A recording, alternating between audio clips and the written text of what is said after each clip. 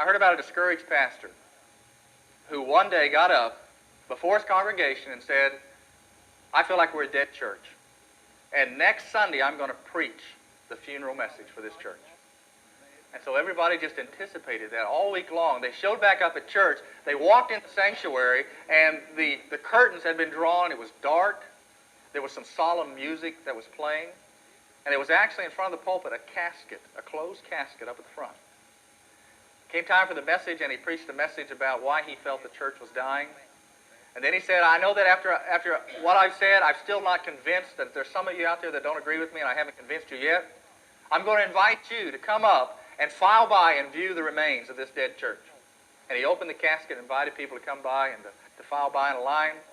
And as they filed by and they looked in this open casket, he had placed a mirror in the bottom of it. And each one of them saw themselves as part of that dead church. You know, Jesus spoke to Sardis, and he said that he's not interested, number one, in labels. He's interested in life. He's not interested in your reputation. He's interested in reality. Reputation is what people say about you. Reality is what Jesus knows to be true about you. One of the saddest stories in the Bible, saddest words in the Bible, but probably the saddest verse in the Bible, is a verse that is attributed to a man who had a great reputation. He had a reputation for killing thousands of the enemy. He was a very impressive leader, very famous in his time. His name was Samson. But this verse about Samson says this, he knew not that the Spirit had departed. He was still trying to do the things he had done before, but the Spirit was missing. He didn't even recognize it.